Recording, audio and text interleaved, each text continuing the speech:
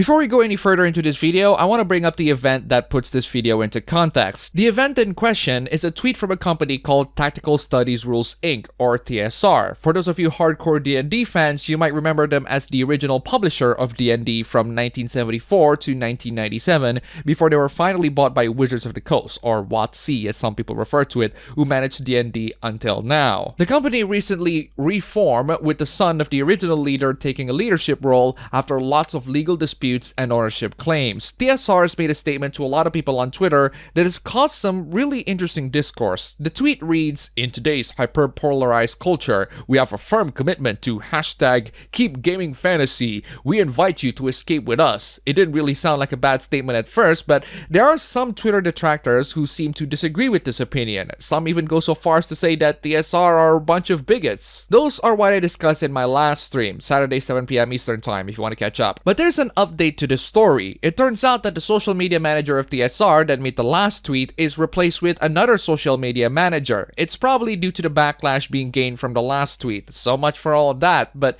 I don't get it. Why would they even backtrack on that statement? What's wrong with making gaming fantasy and not, well, reality? Isn't the point of video games or gaming or tabletop RPGs in general is to escape from reality and play pretend for just a couple of hours to have some fun? A lot of people seem to interpret the statement that gaming, whether it be tabletop RPG sessions or actual video game sessions, should all be fantasy and it should not be affected by reality whatsoever.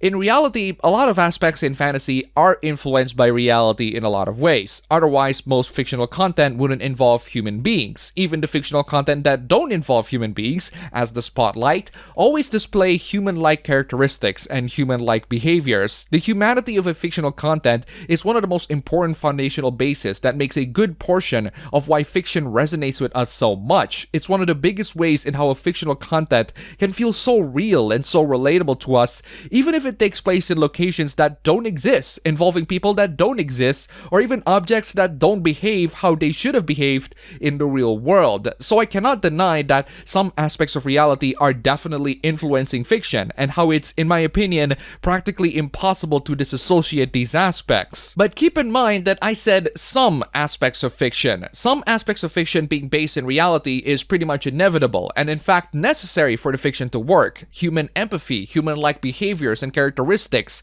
human language as a whole, the setting where the fiction takes place, the tools the characters use, these are all necessary to make the fiction not just believable but also relatable to us, the audiences. The most amazing thing about fiction is juxtaposing these realistic aspects with unrealistic ones, because our real life is pretty boring. We want to see exciting life through these fictional stories. Even the fictional works that take place in a more realistic setting have some unrealistic and fantastical aspects to it. Nothing wrong with that, of course, because a lot of those are what makes them fun and interesting in the first place. House MD, for example, feature House as the genius doctor who is also hyper-observant in exchange for him being an ass to everyone around him. His genius mind might not be realistic, or at least common in all the doctors around the world, but it serves the purpose of the show and what makes it so entertaining as we get to see him and his genius mind solve all sorts of medical cases that are so rare in modern times, it makes the Black Plague sounds like a serious current year epidemic, and yes, they actually have a Black Plague episode. So to me at least, in terms of fictional content, people need to be able to balance the realistic and unrealistic aspects of it. Keep the necessary realistic aspects so that we, the human beings, can feel emotions and empathize with the characters, or at the very least be intrigued with the story, and keep the unrealistic aspects interesting enough to spice things up while maintaining a good level of consistency so that it doesn't seem like you're breaking your own universe's rules. We get it. Fiction cannot be separated from reality. The issue that people have in the context of the tweet is that people think that TSR wants to keep their tabletop games to be a completely fictional affair, without all forms of reality coming into the mix. What people are confused by is that the reality aspects that they're referring to are not what they are thinking. What they're thinking of reality is what we just discussed, like the human aspects of the story. What TSR is thinking of is modern political agenda. agendas. This is the same discourse that we have almost every month at this point, talking about how fiction should be political. When people say that they don't want fiction to be political,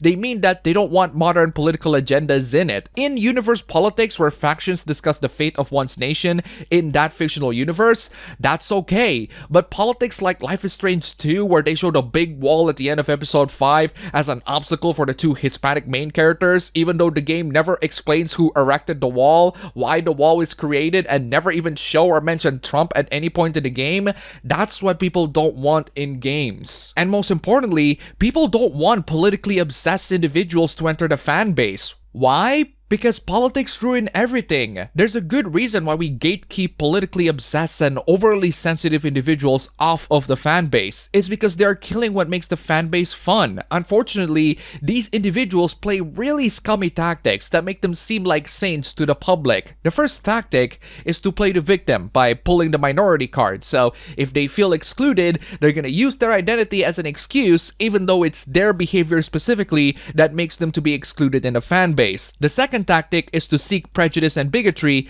when there's not at all. I've talked about fictional orcs before in video games where they compared orcs to non-European people and how it's bigoted to do so. And third, cancel. Oh boy, these people love to cancel people they don't like, to the point of ruining their lives out of some perceived bigotry. This argument, for example, says that gaming can't just be fantasy. We don't live in a vacuum. We, as gamers, have a duty to make people feel welcome. And when people say something is problematic, we should listen, not just get defensive and screaming, "It's just fantasy! Be better!" Okay, fantasy police, no thank you. If someone says that something is problematic, they'd better have some really good reasons to state it. And 99% of the time, it's an incredibly trivial thing that can be countered by saying, "It's just fantasy." And this is where the discussions of gatekeeping comes in. There are loads of people who misunderstands what gatekeeping is. The gatekeeping that people always think of is if a fan asks a really obscure question and the person who claims to be a fan can't answer it. That's just one fan measuring another person by their standards. It's a stupid purity test and no true Scotsman fallacy, and it's a stupid metric in general. Another form of gatekeeping that some people think about is based on their race, gender, physical characteristics, sexual orientation, things that people don't have control over. That is stupid, and I don't tolerate that. I am, however, in favor of gatekeeping toxic individuals, which is something that everyone actually agrees with, even the people who say that gatekeeping is bad. No, really, people who say that gatekeeping is bad are doing a form of gatekeeping on their own. They want to gatekeep individuals that they deem toxic or individuals that don't agree with their views, except they're gonna go out of their way to say that gatekeeping is bad, whereas I, on the other hand, thinks that gatekeeping is good and should be done. Let's talk about the people that I really want to gatekeep off of the fandom. What I consider toxic individuals are the people who think that their ideas should be accepted as gospel, or else they're a monster or a bigot, even though they themselves are showing pretty bigoted views and behaviors on their own. If you have a problem with a specific part of the fandom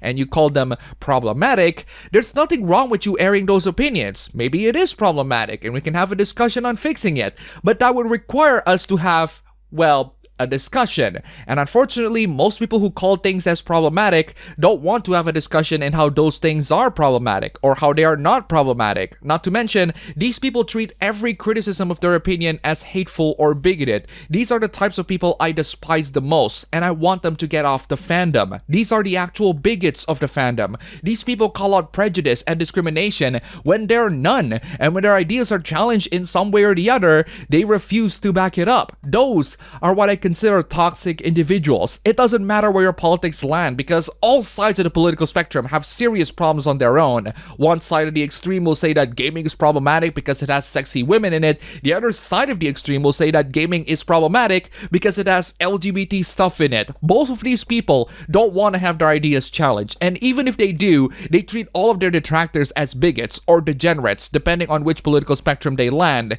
And personally, I don't want any of those people to be in my fandom.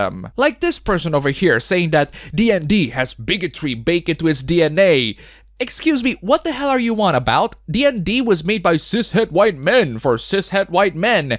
I need citations for that claim. Let's not pretend that it hasn't been hostile to those who aren't, implying that it has been hostile to those who aren't. I don't want this type of person in the fandom making some wild accusations and terrible generalizations of the fandom, especially if they refuse to have their ideas challenged. If you make these claims, back it up. If you're not gonna have these ideas challenged and you want everyone to just accept your opinion as gospel, then you are the bigot in the room, not the people you're trying to kick away from the fandom. But as I discussed in my video a while ago, there needs to be proper ways for people to gatekeep. It can't just be, hey you, get off this fandom. It's not that simple. And the reason is because we don't control the kinds of people who enter the fandom. The metaphorical gate might as well look like this. If there is a gate to the fandom, the only key to enter a fandom is to acknowledge its existence and claim that you are a fan of one. That's it. You're a part of the fandom. The best way to really gatekeep people off of the fandom is to not make the fandom popular, but we don't have control over a particular work of fiction's popularity. It would also help a lot if the people stop recommending fictional works to people who are not interested in it. A good example for me to highlight this point is JoJo's Bizarre Adventure. For the record,